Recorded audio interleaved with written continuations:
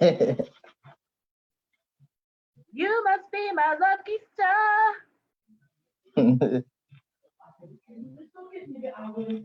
Hold on.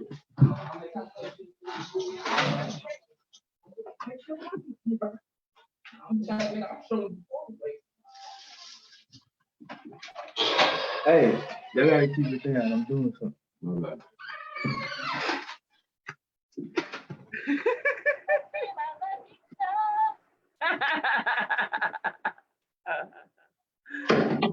So, man, here we are, ladies and gentlemen. Good evening, and welcome to another episode of In Bed with Comics. So tonight, once upon a time, there was a funny ass comic that made people laugh on the stages of Broadway Comedy Club, Dangerfields, Governors, QEP or QED? QED. QED. I wrote it down the wrong way. And the Pit. Tonight, Yeah. please welcome the very funny, very wonderful, and almost coasters. You almost did the coaster show, but you couldn't make it that night. Yeah, that was a rough night. And I'm not gonna lie. I was completely and totally hating, and I was totally hating. And then when I read your post the next day, what you went through to get there, I said, wow, he really wanted to come to do the show. So I'm just sharing the show so you could share it with your friends. Don't mind if you see my cat come popping up. He's gonna come up in any second, like an annoying brat. I think I shared it with you. Hold on. So how you doing? What are you doing to get through this not being on stage thing? Just staying in the house. Huh? I wrote a few jokes, but nothing like I haven't wrote a lot of jokes because I don't know, like it's like uninspiring because it's like I'm writing it for what? You know what I mean? Well, what'd you write? Just stuff about the coronavirus and like how it's affecting my daily life. All right, well, I'm a comedy producer. Take a shot. Take a shot. Nah, I don't want to do it. Yeah, they're not perfected. They're gonna suck. All right, so I'm gonna get to one of the questions for you tonight. Mhm. I ask, all the comments. I try to split the questions a little bit so that like other people, it's like a little bit of like a different variation of it. But so on a scale to 1 to 10, how much do you love stand-up comedy? 10. 10? Definitely. Yeah. What's your favorite part about it? After the show, actually, like interacting with the audience and the crowd and hanging out afterwards and talking with other comedians. Who's your favorite comic that you met so far that's like so awesome? I gotta say you, Kristen. Really? I'm so flattered. There's a few people. There's you, there's Eli, John Brecco, Gerald Lee. I've never met Gerald Lee, but he's made some wise ass comments on my page. I think he made fun of one of my flyers and changed it. So I was like, all right, he's cool. He can stay. Nah, Gerald's a good guy. Man. He's a good guy. We talk pretty regularly. Yeah. No, he's good. I was trying to think. I remember I saw you first at Broadway Comedy Club. Yeah. And I was like floored. I was like, this guy is so, and just so natural. Just got up there without even missing a beat and just did your thing. Like, is that part of your personality or is that something that you practice? I don't honestly. I couldn't like. I go up there with a plan, and usually the plan doesn't always go 100% how I thought it would go. Yeah, never. But Yeah. I try not to appear as though like I don't know what I'm doing, and it works. I always kind of like thought that I always kind of thought that I could wing it in comedy, just kind of get up there and just kind of say what was ever on my mind and just kind of like, like just be me. Yeah. But I mean, sometimes it works, I think, and then sometimes it doesn't, It works for me on the nights where like the audience gives me something to work with. Yes, If the audience is not working with you, and I think that a lot of comics out there are probably having a hard time because a lot of us do feed off of the audience's energy. So if you're trying to, you know, tell a joke and there's nobody there, there's nobody talking, or Right. nobody's like listening to you or engaging with you, they're just literally like And how many that's times have you been up on stage and people are just like, yeah, and that's my main problem now is like people want me to do like these virtual comedy shows, and it's like I don't really want to. And I'm not knocking anybody who does it, but a lot of my act is predicated on me working with the audience, and it's like you can't really do that when there's nobody there. right. Did you know that the virtual comedy show was actually originally my idea? Yeah, Way before this happens, I swear to God, you can ask John Brecco, you can ask Abby, you can ask the entire cast of the fat version. I said to them, oh, you guys can't physically bring people here. I'm going to do a Facebook Live in a private group, and people can watch the show from the comfort yeah, of their yeah. own home. I remember that You actually. remember Yeah. that, right? So who did it first? Right here. Kristen Tinsley said it first. I said it first. And then as soon as this happened, oh, I'm going to have a virtual comedy show. Right, right. Going forward in the future, I will continue to do my shows that way. I will continue to have virtual options because I know it's going to be slow getting people to come back. Yeah. I'll even create a dummy that sits there and laughs to motivate you people. I don't care. I love comedy. I love comics, and I definitely want to see all of you guys get back to work. Yeah, it's definitely Looking weird, forward to, huh? It's definitely weird, like not seeing you guys or like being around that atmosphere. Yeah. Cause I've gotten used to like going to clubs and hanging out with you guys and just having fun. And, like the days up leading up to the shows, having the conversations and everything like that. Like How much fun was that with John Brecco? Like, I mean, that messenger went on for months. It went on for months, literally for months, talking back and forth. That was the best time ever. I had such a good time with that. That probably was like my favorite show that I ever did, just off of like the preparation for the show and putting the show together and like what it meant to everybody who did it. Yeah, it was. I like John and Abby a lot. I met them when I went out with I went out to their Christmas radio show in New Jersey, and I just went out to be an audience member, for someone else, and that's how I met them. And they're so young, and they're just really motivated and hungry, and I have no problem with them. I think that they're the best. Everyone that was on that show was great. Victoria, Mark. I met John. We did a show together for Evan Weiss. Yeah. And he like the first day we met each other, like he helped me get off and on the stage. Mm-hmm. So it was like this guy's cool. I like him, and we just kind of clicked like right away. Yeah. Like it was me, him, and Eli like back in October, I think. I don't know if I was at that show. I don't know. I don't remember. I don't think because where was the show? Was that the show at Broadway? Yeah, it was at Broadway. Yeah, so then I was there that night. Yeah, that's where I remembered you from. Like that's where we had met. Yeah, okay. I think one day you inboxed me and you was like, I know you don't know me. And I was like, I know you. As outgoing as I am, I'm a very shy person. Like you like to be talking to everybody after the show. Me, I would rather go hide in the corner somewhere and not talk. My energy just goes right down because I'm an introvert. I'm an extrovert, but I'm also an introvert. And I'm usually like that before the show. Like before the show, I don't want to talk to anybody. I don't want to like say anything. I just want to try to get through the set. And then after that, I can have like as much fun as possible. Yeah.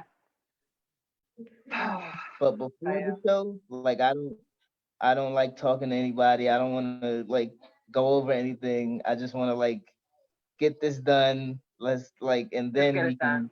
Yeah. And I don't think people realize like how much in our heads we are. Yeah, every time I kind of felt like when I first started doing shows, you know, like when you were a kid in like elementary school and it was like your graduation and everybody was like, smile and wave, and you were like really embarrassed. You didn't really want to be there. So you're just kind of like Yeah, that right. awkward feeling. Yeah, because Yeah. it's kind of like I want that time to myself. But when you produce shows, you have to handle the comics also. And a lot of my shows are theme shows. So I have to make sure that everything is going the right way. I used to have a partner, I don't anymore. So now everything's just on me. Um, so I have to get like everything done and talk to the comics and make sure everybody's there, and then also talk to people who want to jump on the show. Also, you know, so there's always a lot going on. So and then plus I got to talk to the audience as well, you know, because they're my people. You know, they're coming to support the show or sponsors or whatever. So Right. it's a lot, but I love it. It's a high that I can't explain. I love productions. I love it all. It, it's weird like not having anybody inbox me like 30 times a day about like getting my crowd together, how many people I got for the show, and all of that. Like I will never. I never do that. I I actually try not to. I actually miss that a lot. Like my inbox is all dry now, and Yeah. like nobody cares about what I'm doing like daily. You're not gonna. I think I'm hoping that this will be the break that we kind of need as comics, even though this is a very unfortunate break.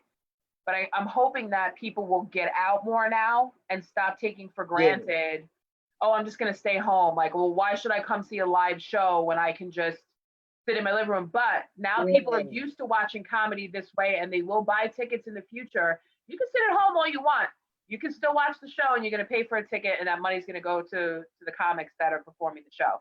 So there'll always be a And way to have bringers. and It'll never be. and it's like now I was telling Gerald, I think that this will a lot of comedians that we see now, like early on, like a lot of comedians won't be back from this. I don't think anyway. Well, I can't say a lot, but some comedians won't be back. Because there's and that's unfortunate, but we'll see. You know what I mean? There's always going to be that. Right. You know, when you work in the entertainment industry, the sharks swim above you and the guppies are down on the bottom. And if the guppies know how to swim in between the sharks and get, you know, Right. turn into a shark yourself, then that's Right.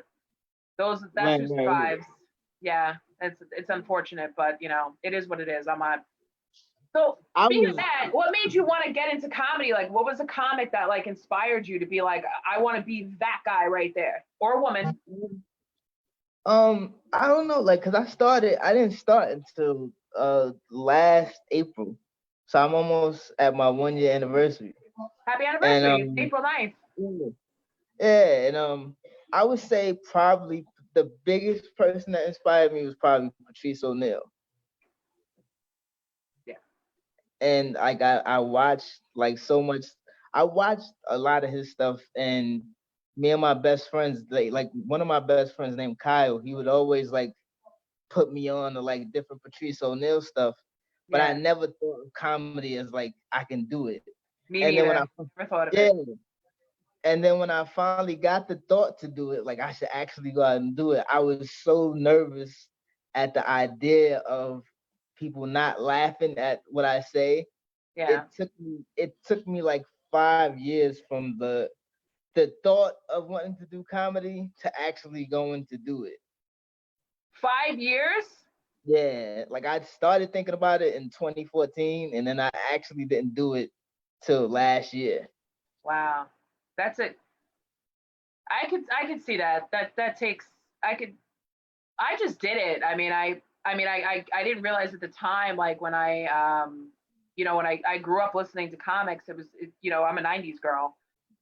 So that was comedy was a big part of our life. That's what we did. You know, when we snuck out to go to the city, we would rent a limo, get trashed in the back of the limo, get high, whatever we were doing, and go to the city and go to comedy clubs. That's what we did. Yeah, My entire like that was our big night out, prom, all that, graduations, you know, just being turning 18, sweet 16s. That's what we did. So it's always been there. before I started comedy, I had actually only been to maybe two comedy shows ever. Wow. Okay. And but comedy is like one of those things, it was always around.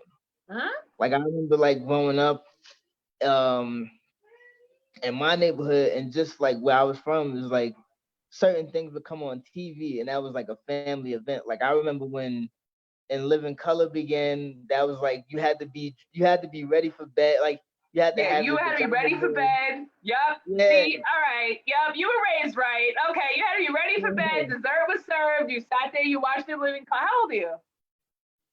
36. Okay, so I'm 39. So you were definitely we were Yeah. raised in the same generation. So you were raised right. In Living Color Right, was right. definitely the show. You remember the episode? I think it So was when she was laughing so hard that they were just bleeping everything out. They were like beep beep beep, and everyone's laughing, and like there was a pregnant woman in the front, and the baby just like shot out of her as she was laughing. I That's like for yeah, some reason is the most memorable episode that sticks out yeah. of my mind of In Living Color. Like I remember Martin too. When Martin premiered, it was the same thing. It's like the first episode I remember, like my mom was like, you gotta be ready by like 8, you gotta be ready by like 8 o'clock. If you're Yep, not ready by 8 o'clock, you might as well just go to bed. exactly. And it's like I made sure that night I was ready, and I would just watch. And Def Comedy Jam too. Like Hmm. growing up in that era, Yep. would We watch used to so sneak to much. watch that shit. We used to have to sneak to watch that Comedy Jam.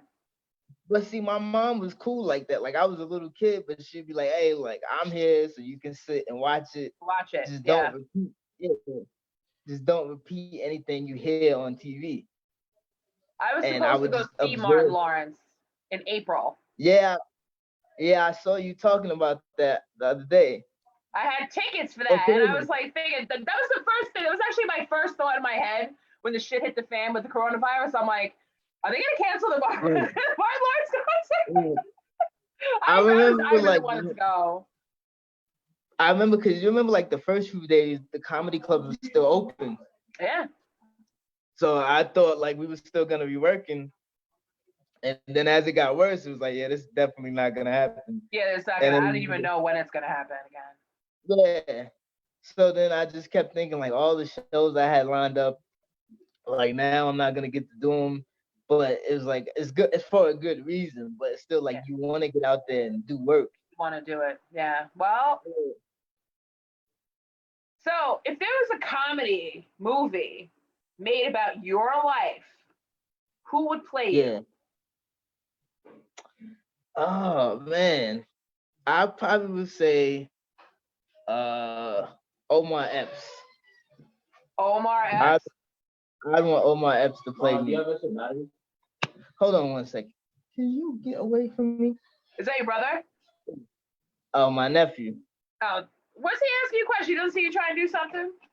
He's funny. Tell him to get his ass over here. We'll put his ass on the show too. Omar Epps, really? I can Yeah, see that. I can see that. I can definitely yeah. see that happening. I could see And that. then, yeah, probably yeah, Omar Epps. Yeah. He's a little older, but we could make it work.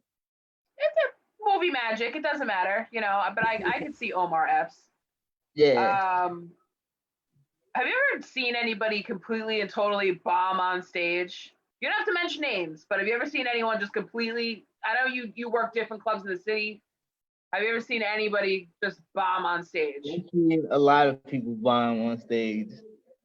But the weird thing about it is like the audiences, even when you bomb, like after the show, the audiences are so nice to the people that bomb. Yeah. And they're like, you did a great job. And I was just sitting there like, yep. Right. Sure you did. Right. Right. Like I always feel like people are commenting me like like you have sex with somebody and it just kind of like it's like a one night stand. They're like, oh, that was great, thanks. Like, and it's like, Yeah, okay, like that's how I feel like when some people do that. Like, oh, you were really great. Like, and it's like, yeah. oh, thank you. Like, Then it makes me question like how great you thought I did. Cause like exactly. If you well, because everybody gets a trophy. We live in a world today where everybody gets a trophy, and I kind of feel like there's a lot of comics out there right.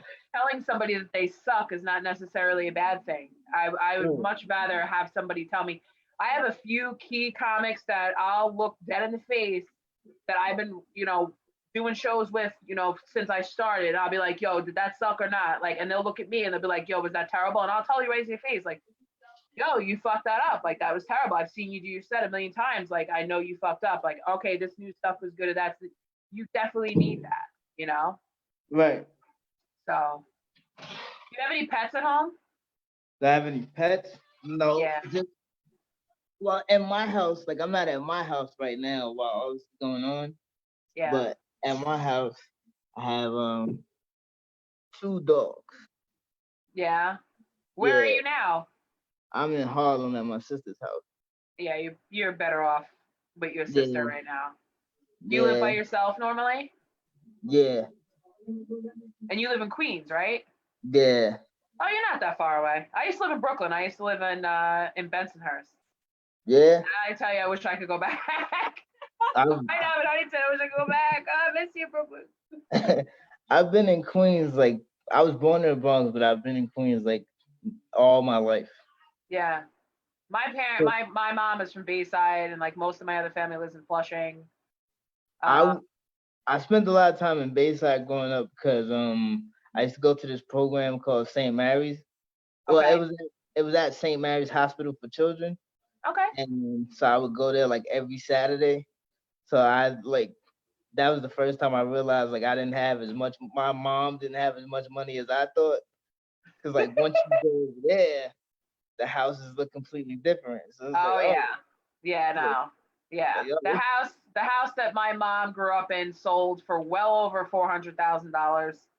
Those people played cash, and that house was falling apart and haunted as fuck. And they bought right, it like $400,000 at a cash. They just walked in and were like, "Here you go, that's it," and they bought that. It was like nothing. yeah, It was like nothing. yeah. So like when I used to go over there, it was like oh, they got real money over here. Like it's They do. clean. It's Yep. not, Yep. You don't play in that area. Those houses over there are huge. They can fit a lot of people in them, and it's right next to the city. It's a beautiful area. There's a lot going on. Have you ever performed at any comedy clubs in Queens? QED, yeah, is in QED is Astoria. busy. I have no idea. I need to come to Yeah, the city with you because I've been stuck out here QE, on Long Island, and I need to get out to the city. QED was actually like right by my house, so it wasn't that far. But that Yeah, was like so far, that was the worst show I ever had. that was my next question. Like, what was the worst show that you ever had? That one was it. That What was show it? was horrible. Like my friend has a film of it, and I refuse to watch it. I never want to see that video ever in my life. What was so horrible about it? Um, let me see how I can say this without it coming across offensive. All right, so it was a I'm all show. about offensive. I'm wearing a shirt that says "Fat Girls Swallow." I'm all about offensive. So it was a show where it was all disabled comedians, Okay. and the theme of it was supposed to be love and disabilities. So I wrote to them maybe like a month before the show, and they never said anything. Like I emailed them to get like my friend Alejandra. She told me about the show, so I emailed them, and they didn't say anything to me for like a month. Right. And then like maybe like a week before the show, they were like, "Hey, you want to do the show?" So of course I'm thinking like I gotta go with the theme of what the show is about. Right. Yeah. And keep in mind, like this is a month into my like me doing comedy. And so I wrote all these jokes about like relationships and sex with a disability. And then I did this show and nobody else talked about that topic. And I was just like, holy shit, like I'm the only one that's gonna talk about this. And then I'm watching the other comedians and I realized I'm the only straight male comic like doing this show right now. Oh hell no! You need to make it clear. When Yeah. I do a theme show, it's clear. Fat version, Vagisilly, it's clear. This is what we're here for tonight, ladies and gentlemen. No, no, no, no. So one lady, she got up there, she's like she had like a whole 20-minute set. Mind you, we only supposed to do 10 minutes. She had a whole 20-minute set about her cats. Okay. And then like another person got up and did something, and I'm up there talking about like jerking off and like and the people in the crowd are just looking at me like, what the fuck is going on? And like, and it was funny because majority of the crowd was disabled, and they were like looking at me like horrified, and the able-bodied people were like cracking up at like everything I'm saying. And I was just like, this is so hard, but you got to keep going, even though like, Yeah, like yeah. this sucks, but I gotta like keep going and keep it up. And it was just horrible. I would never watch that video of that show ever. I can't even like imagine. Like, I try to pick comics because I go to a lot of shows. Like sometimes I'll just go to shows randomly so I can see. Like when I come up with a theme for a show, I'll go. Like I know just by looking at you or just by knowing that you fit in. I would Oh, never imagine like asking a comic to structure their jokes around the theme of the show, but I would love that. I would yeah. absolutely love that. I would love that. So, oh, and for the people who are watching that don't know, I have a disability, so I use a wheelchair, which you can't see right now. But so Right. yeah, like that was a crazy night, and it was just sucked so bad, and it was I just wanted to get out of there. Your disability does not hold you back from doing comedy. I know sometimes it's hard for you to get to shows. I know it's not easy. I know Yeah, it's not, but that's the one thing that um, I feel like it doesn't make you any different than anyone else, and that's the right, that was the one of the things because we do have a couple of we have another comic that uses a wheelchair, Kieran, and we had said a governor is like you kind of need to make this wheelchair accessible because it would be nice if there's other people that could actually get on stage and do their comedy and not put their foot through the freaking plastic. I mean, even for us fat people, get some real stairs, get something in there so that people can get on the stage comfortably. Do you ever feel like there's any sort of limitation? I mean, you got downstairs at Broadway. yeah, I've seen people help, and there will always be people there that will help you yeah. to get on that stage. I wish I had that kind of help because sometimes I can't get on the stage, but I wish I had that. Like that night at Governor's, like that stage is so small, and like you guys had to like help me get up on the stage, but it was like as long as I get up there and do what I gotta do. Yeah. Like, look, even that night at QED, right? It was an all disabled show, and they had not planned out like how the comedians were supposed to get on stage. So I had to end up doing jokes like on the floor. Right. Couldn't Which even would get up. probably have been better. Um, I'm definitely more conscious of that. Yeah, I would never pick a show and I would never intentionally not put somebody on a show because I didn't feel like they could get there or right, if I felt like they couldn't get on the stage. right, I would never, put it where, and never ask a comic because it's not just comics that have physical disabilities. There right, are other comics that have, like mental, disabilities or other, different types of stuff. You have people, that have autism. You have people, I mean, even when, right, you go to the veteran shows, you're dealing with veterans that have PTSD. You're dealing with, all kinds of things that, that people are going through. right. And, I never looked at anyone as having, a disability. And I know that that's probably terrible to say, but my mother always raised us that everybody is born how they are and that's it. Like you Yeah, don't look at somebody as somebody as being different. Like, so if I see you in a wheelchair, it doesn't automatically make me think, oh, this person's in a wheelchair, they're different from me. Because my ass could be in a wheelchair too. All it takes is one car accident, one from a horse, one whatever, and I'm done. That's it. So and the funny thing is, like in this environment with comedy, yeah, it actually works to my benefit yeah, having a disability it because does. those built-in jokes Mhm. is just as the comedian, is how far are you willing to take it with the jokes.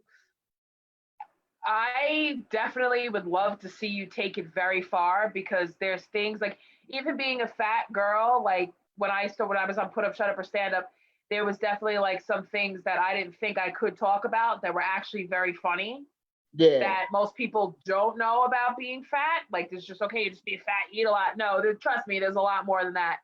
And I'm sure right. that there's a lot of things that you could say, um, that people just kind of wonder in their The, minds but never ask and then but you could make a joke about that because you have the the answer. thing the thing for me was in the beginning, I didn't try to stay away from doing jokes about my disability, but I tried not to make the whole thing about my disability because I feel like when you have comedians with disabilities, everybody expects your whole set to be just about that particular thing. Yeah. I don't want to do that. And no offense to anybody else, but I've seen every disabled comedian do that where a lot of their set is just that. Right. And and it's like I got so much other stuff that That I can happened. talk about. Yeah, Because you're a human being and you're out there in the world and you're living your life. right, It doesn't make a difference whether or not you're walking on two legs or not. You're right, still experiencing human emotions and you're still seeing the world the same way that I see the world. right, So of course you're gonna have other things to talk about, just like I have other things to talk about, other than being a fat single woman that has a cat. That's right, what I'm saying. Like, you know what I mean? Like we all go through the same things. right. But I feel like a lot of people, when they do that, they go for that because they figure that they're gonna get made fun of for it anyway. But anyone that would, that would have something to say about somebody being in a wheelchair is fucked It up. was What's it wrong with was you? funny because I remember one night, like a couple months ago, there was another comic I did a show with, and he had a disability, Yeah. and he acknowledged, like, look, I could joke about other things, but this is the easiest thing I could joke about, so Right. I'm just gonna do this all night. And it was like, oh, it's cool that you acknowledge it. And Right. it was funny because I'm in the crowd, and he starts like talking about like how he doesn't want to joke about his disability, and I'm like, yeah, don't joke about it, talk about other shit. And he's like, no, I'm gonna talk about it, and like everybody started laughing, and it was like a good moment for the both of us. Yeah, definitely. I love Yeah, it. I think when you were at the show and you were sitting there and I happened to bring up, it was the last show that we did, the one at Governors, and it was Don's show. And I yeah, was like, it was nice to see a black person in the audience because in Levittown there were no black people. I wasn't kidding about that. And all right, my girls that came from Staten Island were sitting there at the table. They knew that, when I was in Levittown, I'm mixed. When I was in right. Levittown, there was nobody like me. There was nobody like that. So it was true. And like, you sat there and you took it, like you were laughing, and I was like, but it's Yeah, true. So and a lot of times it's just like I know I'm gonna be the only comedian in the show in my situation, right, so it makes it easier for me because it's like you're not seeing anybody else do this tonight, so right. So that people are gonna pay attention. Like, if you see like another disabled comic, do you guys have like a sort of like a standoff with each other first? Like, how'd you get uh, here? What are you I doing here? I usually feel like when I see another comedian with a disability, I was like, oh, holy shit, it ain't just me. Right. Yeah. And and then it's like, oh, all right, cool, like we could do this. And I just hope that they don't have like similar material. Yeah. But then it's like I also know like my life story is It's like the same. totally different. Yeah, Yep. so it's like all right, like you could do your thing and I'm gonna do my thing, and like we just whatever happens happens. Yeah, because it's definitely going to be different than, and Yeah, it's the same thing like when say, oh, don't talk about being overweight, and it's like, yeah, well, your experience with being a fat person is very different from my experience being a fat person. right, Like, I'm not afraid to talk about the shit that that people don't want to talk about. I'll get up there and talk. I don't care. You know what I mean? I'll get up there and talk about it. I don't right. care. I'll talk about the dick bumper and all that other. I have no problem Because with it's like for me, besides being disabled, I have like the fact that I was adopted, the fact that like I didn't know my parents until I didn't know my biological mother until I was 23, that. Okay. and I have like a bunch of siblings, and like there's so many other things Yeah. that surround the disability. It's like I know nobody else has this story. So Well, I do. I mean, I wasn't adopted, but yeah, I wasn't raised with my family, like my dad's side right, of the family. And then it's right, like, boom, you have all these brothers and sisters and all this, right. so I get it, but it's totally different. But I understand what that's Yeah. like. Yeah. So it's like in the beginning, I think I just tried to do the disability stuff because it was like I didn't really know how to tell jokes yet. So it's like Who I'm taught just you gonna how to tell jokes? Who taught you? I before I actually did my first show, it was a 3 month wait period between when I signed up to do the show and to actually do the show. So Yeah. between that time, I watched like every documentary about comedy I could. I watched like everybody stand up, like any comedian you could think of. I Yeah. watched them do You stand up watched. in that 3 month period, Yeah. and I would listen to like podcasts about comedy. I would listen to like every comedian's album, and I just like I had to figure out like what kind of comic I wanted to be. I never knew that there was actual different comics until I did put up Shut Up or Stand Up. And then Yeah, I was like, oh, I'm an observational comic.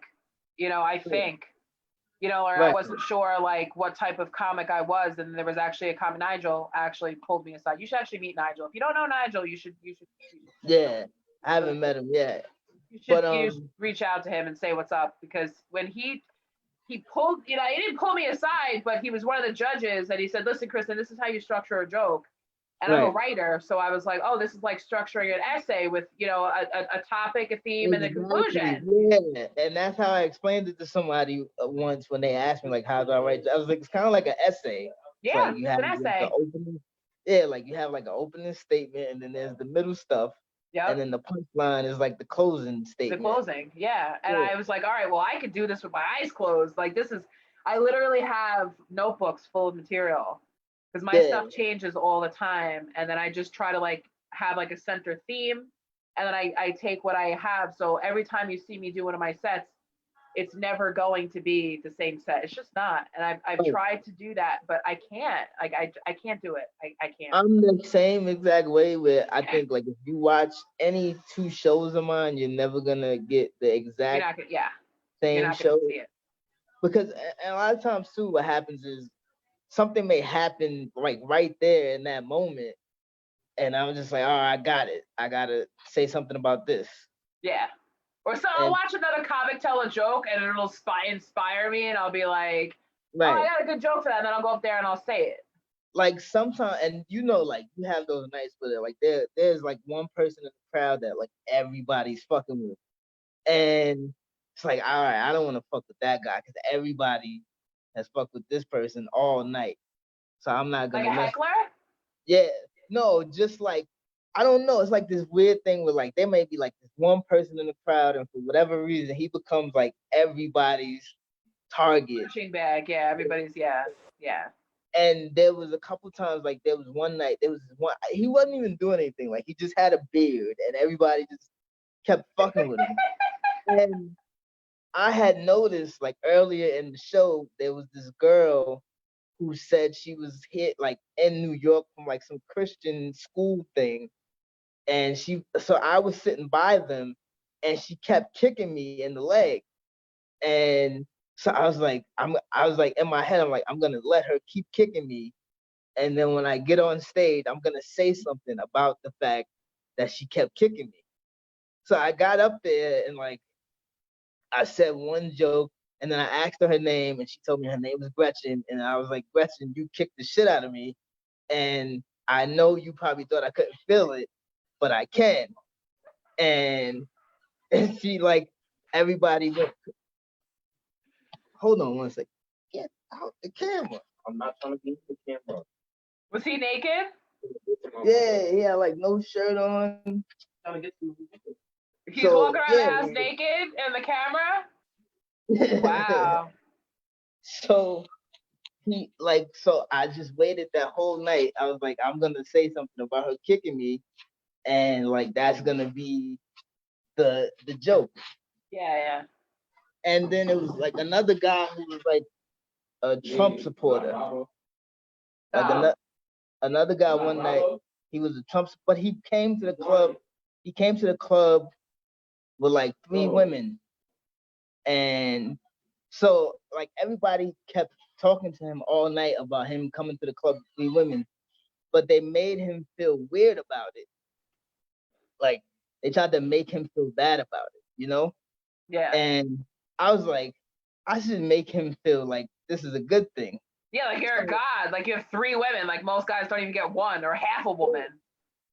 So I asked him, I asked the crowd, I was like, I wasn't even gonna mess with him, but then I said to the crowd, I was like, who's a Trump supporter?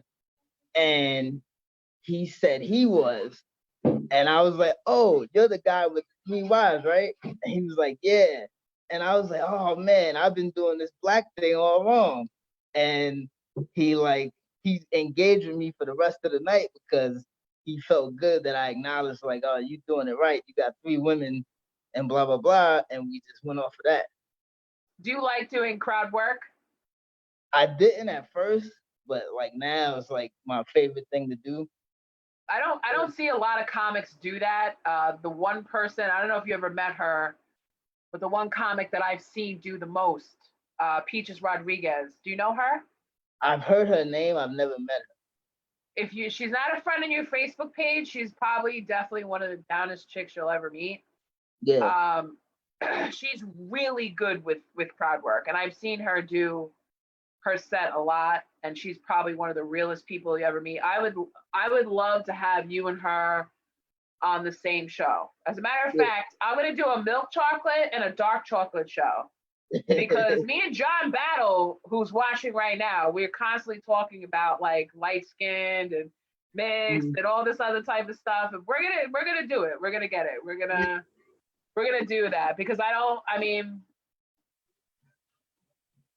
like to mix up my shows. I like to have different ethnicities on my show. I like to have everybody. Like I don't look at people as being like a white dude or a black dude. I just don't. But I like to have fun with it. Like I'd rather just throw, and I don't like to like classify people like, oh, this is the handicap show. I'll do it with women. Like I'll have an all women show. I don't really care about that. But right.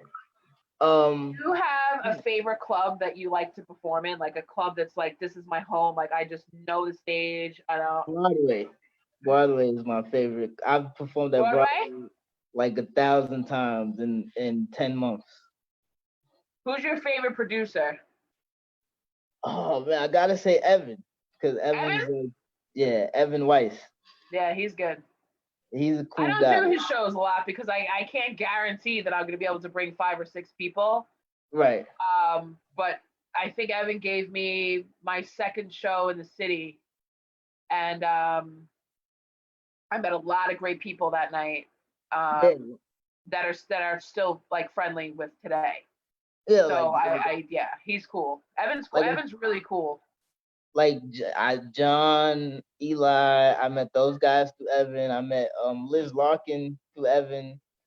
Yeah. So he's definitely got great shows.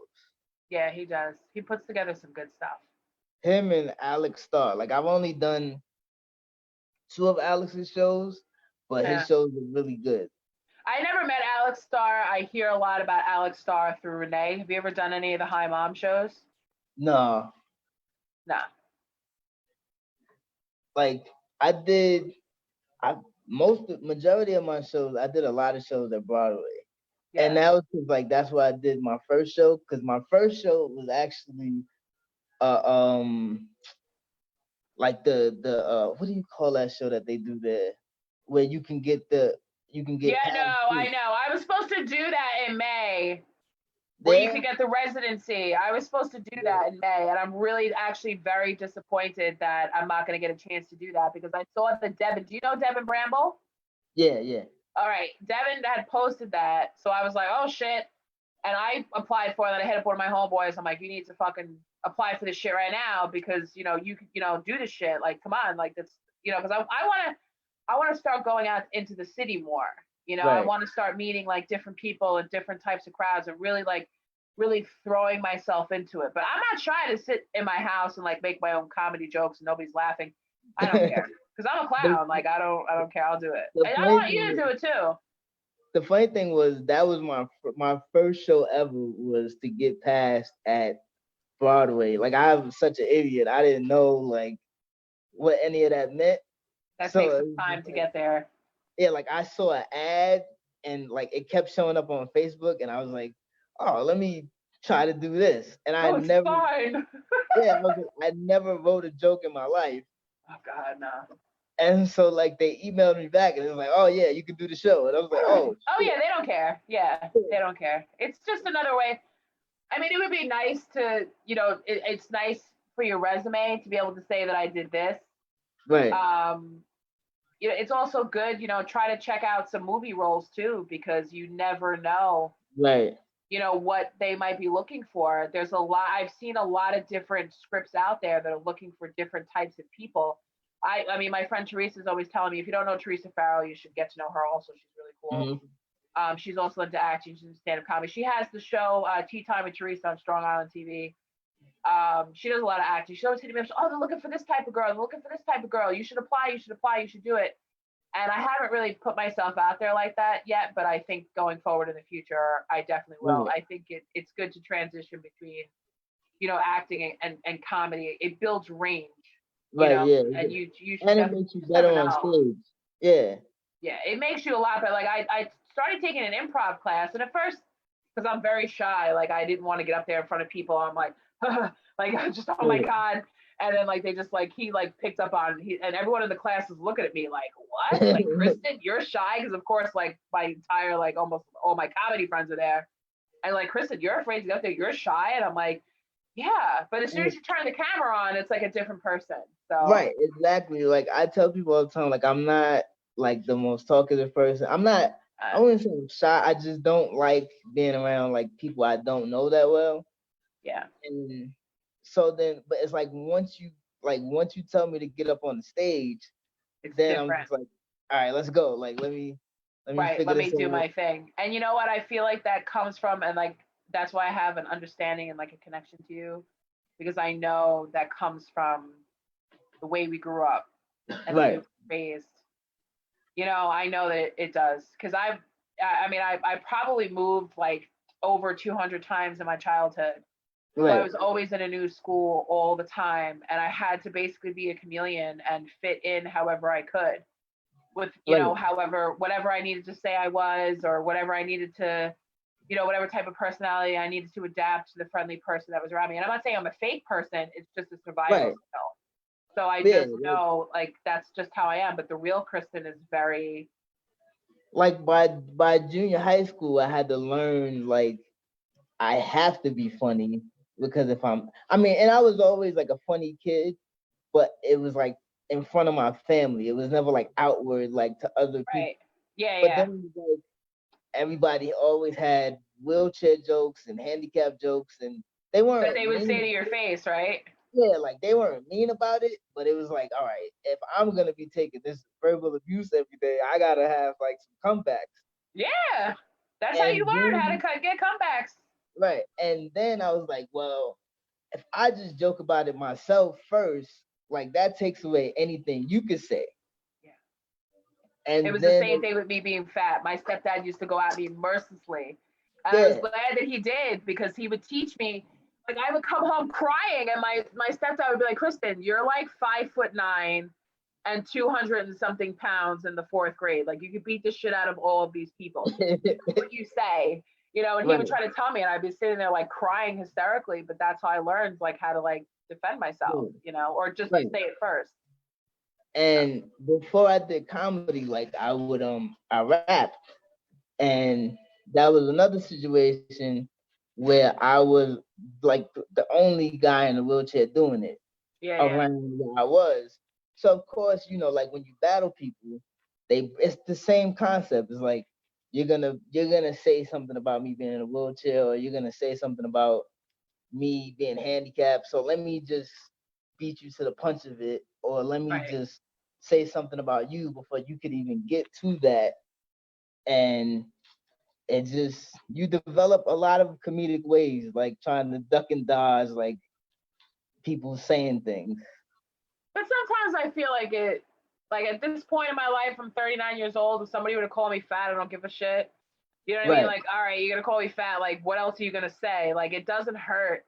right. It hurt Well, when now, I was a kid, but it don't hurt now. yeah, like now it's just like I do it now because um just when you're in front of crowds, like that's what they're thinking about. And I've actually heard people like before I get up on stage, they might not know I'm the comic coming up. And like so then it'll take a while for me to get on stage. And I heard somebody once be like, he's in a wheelchair. And then it was like, all right, so now I gotta and they and you know people are curious, like they want to know like what happened, or they want to know like how did we get to this point. Right, because they don't know. I mean, well, what is your disability? You were born with cerebral palsy, right? Yeah, yeah. One of my very good friends, that's why I, one of my very good friends that I met in third grade, his Mhm. name's Chris, and he had cerebral palsy. Yeah. When I first met him, he walks, but he walks, kind of like with his arms, like his shoulder blades are down. I mean, he can walk. Yeah. He's married to a very beautiful woman who's a very good friend of mine. We all knew each other back in middle school, Right. and they have two beautiful children. Um, that was my first experience with somebody that had cerebral palsy. Right. So, and he was the nicest. He was the nicest person to me, but he Right. still took shots. He would always say, "Oh, your hair is frizzy. Look at how big your forearms were." He would take shots at me, and I was like, "Really?" And I didn't know what to say, like, because I didn't understand like what it was. But he was one of my very good friends, and I remember going to school, and they would teach us about people with disabilities, and plus my mother always told us that you never look at somebody as having a disability. So I just wasn't raised that way. Right. Right. Right. Like she always said, like never like look at some because you just don't know. Because I was born 3 months premature, Yeah. so I shouldn't even be here. So I Yeah. definitely had Mhm. those types of problems and issues as a child. And obviously my development wasn't always there's sometimes there's disabilities that you don't see. Right. Mhm. So there's a lot of things that you just never really know. There could be someone could have an extra toe, an extra Yeah. ball. You know what I'm saying? Like Right. Right. it's Right. just it is what it is. Like we're all human beings. So Now I just like I said, like in school it was like people had jokes, but it was never like mean. Like I never looked at it like, oh, they being mean to me. It was just like this is what kids do, and I gotta learn how to combat it or like just join in on it. I was never the type to be like, oh my god, they're picking on me. Please leave me alone. It's just like fuck it. If but you're gonna say what is your dating like? What is your dating life like? Being a comic, like how hard is it for you to date? Because women um get jealous because you're around, you're up on stage, you're gonna blow up one day. Like, no, like so far like it's been pretty easy because it's like um I brought a girl I was talking to shows and she saw like it would we don't talk anymore, but it was like but and like any woman that I would deal with in the future, I let them know like this is what I do, and this is the work I have to put in, and sometimes I'm gonna be out late, and like yeah, are you gonna be cool with that? And they say yeah, and if they don't say it, that's not gonna stop what I gotta do. I still gotta work. I've had a lot of guys like when I meet men because they'll say like, well, they're not. They'll say okay at first, but I know that some guys like I met one guy and he's a doctor and Mhm. he would work nights in emergency room, and I pray for him because I know he's definitely battling it out there right now. But we really liked each other, and Mhm. I was really gonna like really consider having a relationship with him because he was a really cool guy. And he just like I was coming back from a comedy show. I was doing it with Hector Luis. That's another guy you should actually get a hold of. Hector's really cool. Um, he does a lot of shows in the city. He knows a ton of people. You should get a hold Right. of Hector. Mhm. But just to say hi, not even like for anything, just to like say hi and get to know these people. But I was Yeah. coming back from doing his show at there's a Brooklyn like public access television studio out there. I was doing that show out there, Right. and I was just ordering food, and he just walked up to me and was like, "Oh my god!" So we got to know each other, and even though he was going to be working in because he's an ER doctor, even though he was going to be working in the emergency room at night, he was like, "I don't know how I feel about you being out with all these guys doing stand-up comedy, like what?" And I'm like, have you ever seen some of these guys? Like, trust me, Right. like they're Right. all Right. like 21, 22 years old. They're not interested in my 39-year-old ass. Trust me. Like, it's And fine. Like, just I think that's what people don't. I think people either overestimate. Sometimes people underestimate, and some people overestimate what it takes to do comedy. yeah, Because either people are like, "Oh, I could never do it. It's so hard." I'm like, it's not really that. Like, just it's get not up really there. that hard. Yeah, just get up there and do it. And But then it's I like, push people. Like people will say like, oh, I want to do it, and I'm like, okay, come down to an open mic. I'll be there. There'll be a bunch of other right, people there. Like nobody fucks with this bitch right here. Just get up on stage right. Just and like do out your of thing. everything I've ever tried to do in life, like to get into comedy was the easiest. It's just That's the like, easiest thing. Yeah, it was yeah, because I needed to break the ice to get back into the entertainment industry.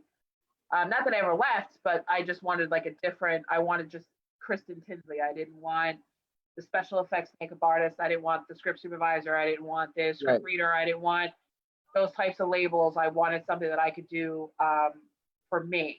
John Battle's out here talking shit. He says, I think stand up is the hardest shit to do. He's a liar. Have you met John Battle, the king? Nah. Yeah. Just, he'll be on soon. Trust me. John is crazy. He's not crazy, but he's definitely, he always shows up wearing a nice suit and he's very professional and he's very funny. And Yeah, I'm the opposite. I show up to like shows in the sweatpants and so what? So sweat. what?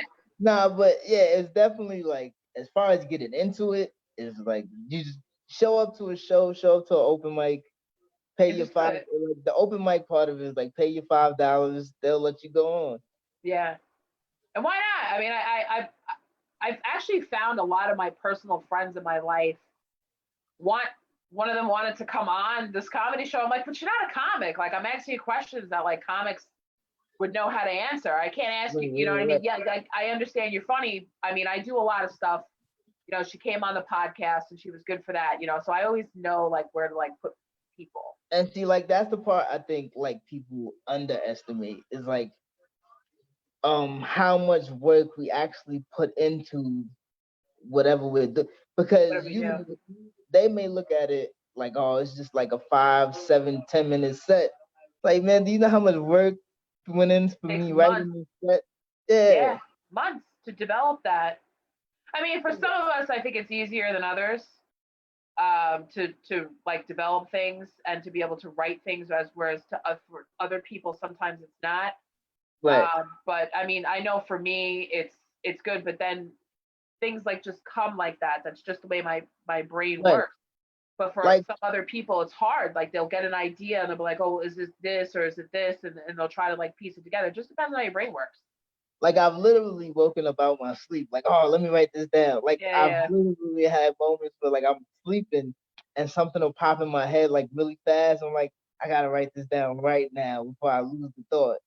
So you write everything down, or do you? Because I used to literally turn on my phone recorder in my car because I would get most of my ideas in the morning when I was driving to work, and then I would get a lot of ideas when I was on the bus because I have a lot of my job doesn't require a lot of thought process. Like it's Right, automatic. Pick the kids up, you drive the bus, it's automatic. I already know what I'm doing. right, So I have a lot of like free brain time to be able to like write things down, or sometimes I'll be out doing something. I'm like, oh, should I read? You know, right. but you know, or I'll think, oh, I can hold on to it, and then I don't. You know, I'll forget it. No, But like I said earlier, like a lot, some stuff is just something that might happen in the moment. Like yeah, while I'm right on stage, I'm just watching what's going on in the room at that moment, and I may just be like, I may have a set, but then it'll be like, man, this is too good for me not to say right, anything. And then like other times, it's just I stick to a whole like 6 or 7 jokes that I got, right. and I never get the exact order right, but it's just always like it's like a puzzle almost. It's like Yeah, what joke fit together to make sure I get through this night. right. Like Do you have a favorite comedy movie or like one particular comedy scene that you think that will always get you to laugh the most? um This is the question that I'm going to ask you before the $1 million question. So get ready. probably The Hangover or Animal House. Animal House. All right, let's go with Animal House. What was the funniest scene in Animal House? Actually, like the part at the end where like they broke up the whole parade and like how like it was just pure like dysfunction, Right. like how they fucked everything up at the end. I always like that part. Animal House is definitely a classic movie. I remember not being able to watch that. We used to have to sneak that at like sleepovers. Yeah. We were never allowed to watch. No, it wasn't Animal House. It was Porky's. Oh yeah, Porky's. Porky's, yeah. And but yeah, like Animal House, The Hangover, those are my two favorite comedy movies. And Superbad. Superbad was up Superbad there. is good as fuck. I love that movie. What I Yeah. like about The Hangover, I like because I'm a film nerd. What I like the way it was structured. It was similarly structured after a movie called 200 Cigarettes. It's Yeah. actually a movie about New Year's Eve. It's a great freaking movie. I love it. It all takes place in one night. I love movies that take place in one night. But that had Josh Hartnett, right? No, it had Christina Ricci. It had Casey Affleck. Not Thora Birch, the other girl that kind of looks like Thora Birch. It had a Oh bunch. yeah, I remember that movie. Yeah, it was. It's not a movie that they should play it more during the holidays because it is a holiday movie. It's one of the very few New Year's Eve movies that are written in that genre. But it was very funny, and the way they did it was they showed the pictures of what happens at the New Year's Eve party at the end of the movie. And The Yeah. Hangover did the same thing, and it was just Right, like right, I right. thought that was brilliant. Like I love that. Right. That's why I love that. I remember like the first time I seen The Hangover, I was like, this is the greatest comedy movie I've ever watched in my life. Yeah. And but like that whole decade, like the whole like 2000s decade, like it was so many great comedy movies Hot that Tub came Time out. Machine. Must Yeah, yeah. Hot Tub Time Shit. That's my favorite movie. I love yeah, it. it was It's one of like my favorites. Virgin. It was The Hangover. There was Super Bad. What was the other one with Seth Rogen and the chick from Grey's Anatomy. Oh, knocked Knocked up, Up. Knocked Up. knocked Yeah. up. Yeah, Yeah. that was a great one. That was a good one. I don't care what anyone says about Seth Rogen. I love Seth Rogen, especially in Pineapple Express. I love him. I think he's I like to watch people tell jokes that like you have to like sit for a second and be like, ah, that was that clever. was a good one. Yeah. Yeah, Actually, like there's a comic that's like that. Christina Ouch. Some of the things that she says, and like you listen to, it, you're like, oh shit. It takes a couple seconds to register, yeah, and you're like, oh shit. Should I be laughing at that or should I not be laughing at that? right. But it's very funny. I love it. I like that type of humor. You Like know. it's cool when the joke's like right in your face, you can get it right away. But like when it takes a second, it's like, oh, that was good. That And was I'll laugh like 5 minutes later. I'll be like, oh shit. Like I don't get I'm the worst person to have in the audience because I'll be like, oh shit. Like it's just like there's a lot of stuff that I love. right. Are you ready for the $1 million question? Yeah. Are you sure? Mhm. Okay. Which comic, Mhm. famous or non-famous, male or female, we do not discriminate here, would Mhm. you take to bed? Oh man, let me think. Let me think. I have like a weird question on Ali Wong. Okay, I like Ali Wong. Is it because she's pregnant already? No, Well, she's not pregnant actually, no. now. Like the first show I saw of her, she was pregnant, and I don't know why. I thought that was like oddly attractive, but like I think like she's genuinely attractive, so I'd say her. I like Ali Wong. Baby Cobra was the funniest shit, and then what was it? Hard Knock Wife. Yeah, Yeah, yeah. yeah, yeah, that shit was funny when she was like, "Oh, eat my pussy!" Like, I was like, "Oh my god!" Like, she's good. I like Ali Wong. I think she's. I don't know. Like, would you consider Aisha Tyler a comedian? She did a show. I know she did shows. Nobody ever says Tiffany Haddish. I've had a couple guys Yeah, on here and they yeah. haven't said I Tiffany forgot Haddish, and about I'm like, Tiffany why Haddish. not Tiffany Haddish? No, Tiffany Haddish, she's good. She is. She is. I mean, I think I that want to and change I my just saw answer. her in that Madam Walker documentary. I want to change my answer. Then, if I had to pick, I'd say Tiffany Haddish Okay. She's because she's she's definitely she's making her way out there. She's making her it's way. it's weird. Like even though like I just started doing comedy, I've been watching comedy all my life, and Yeah. it's weird to like see people blow up, and you've been watching them do comedy forever, and it's like I've been knew about this person. Right. like I remember when Kevin Hart blew up. It was like I've been telling people about Kevin Hart since like 2003. That just goes to show you. Now everyone's asking what your name is, so I can. His name is Mike Faber. I'm sending it to you right now. Now everyone's asking you what it is, so that they can hit you. That's cool. That's cool. That just goes to show you, like, I was watching, like, on Roku, I was watching The Nanny, and I actually saw like some pretty famous actors that are very famous now that were Right. not famous back then, having very minor roles. Right. So you have to keep working at it. This is not the type of thing, and like you had said before about the comics that are just going to drop off. Don't, like, whatever you want to do, fine, but you have to keep at it. You can't just drop out. Like, you just have to keep going, because you never know who's going to see you. You don't know And who's going to do what. You know what's funny to me is like a lot of people don't know. We do a lot of this work and it's like little to no pay at this stage. Oh yeah.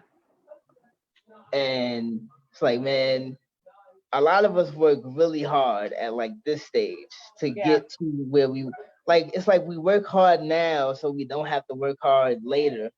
The money will come. The entertainment industry is very funny. The money will come. I never did this for money. It's all about credit sometimes too. Credit is worth more than money, because when you have a credit for something, even if it's very minor, people will automatically take a chance on somebody that they know. Right. It's the same thing with comedy. Like, oh, I'm going to put the same comics up there because I know their sets, and I'm not going to throw my money at the wild card. Right. Meanwhile, the wild card is building their way up there, and then one day it'll and blow up. So. Even though I only had like 10 months in at the time that everything stopped, right? It was like I did enough work in that time frame where people are still gonna know, like the people inside the comedy world are still gonna know who I am. Right. No, you definitely have made a name for yourself.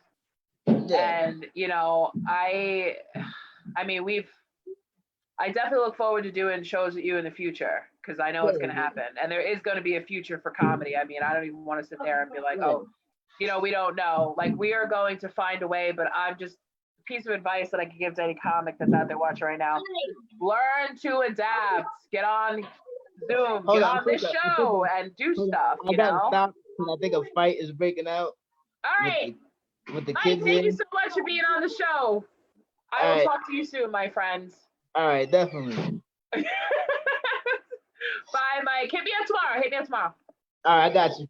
All right, bye.